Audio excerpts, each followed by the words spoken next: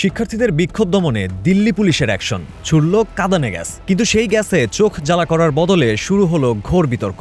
নেটিজেনরা canister কুড়িয়ে দেখছেন এর মেয়াদ শেষ হয়েছে গত বছরের ডিসেম্বরেই। মেয়াদ উত্তীর্ণ কাঁদানে গ্যাস ছোড়ায় শুরু হয়েছে তীব্র জনরোষ। তবে এই দৃশ্য বাংলাদেশের মানুষের কাছে মোটেও নতুন না। ঠিক 2 বছর আগে 2024 সালের জুলাই আন্দোলনেও ঢাকার রাজপথে দেখা গিয়েছিল হুবহু একই চিত্র। সেখানেও আন্দোলনকারীদের দিকে ছোড়া হয়েছিল মেয়াদ পার হয়ে যাওয়া টিয়ারশেল।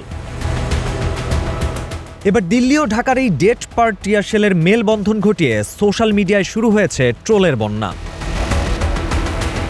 সীমানা পার হলেও উপমহাদেশের পুলিশের ইমার্জেন্সি স্টক যে একই স্টাইলে খালি হয় তা দিল্লির রাজপথ আর ঢাকার অতীতই প্রমাণ করে দিল।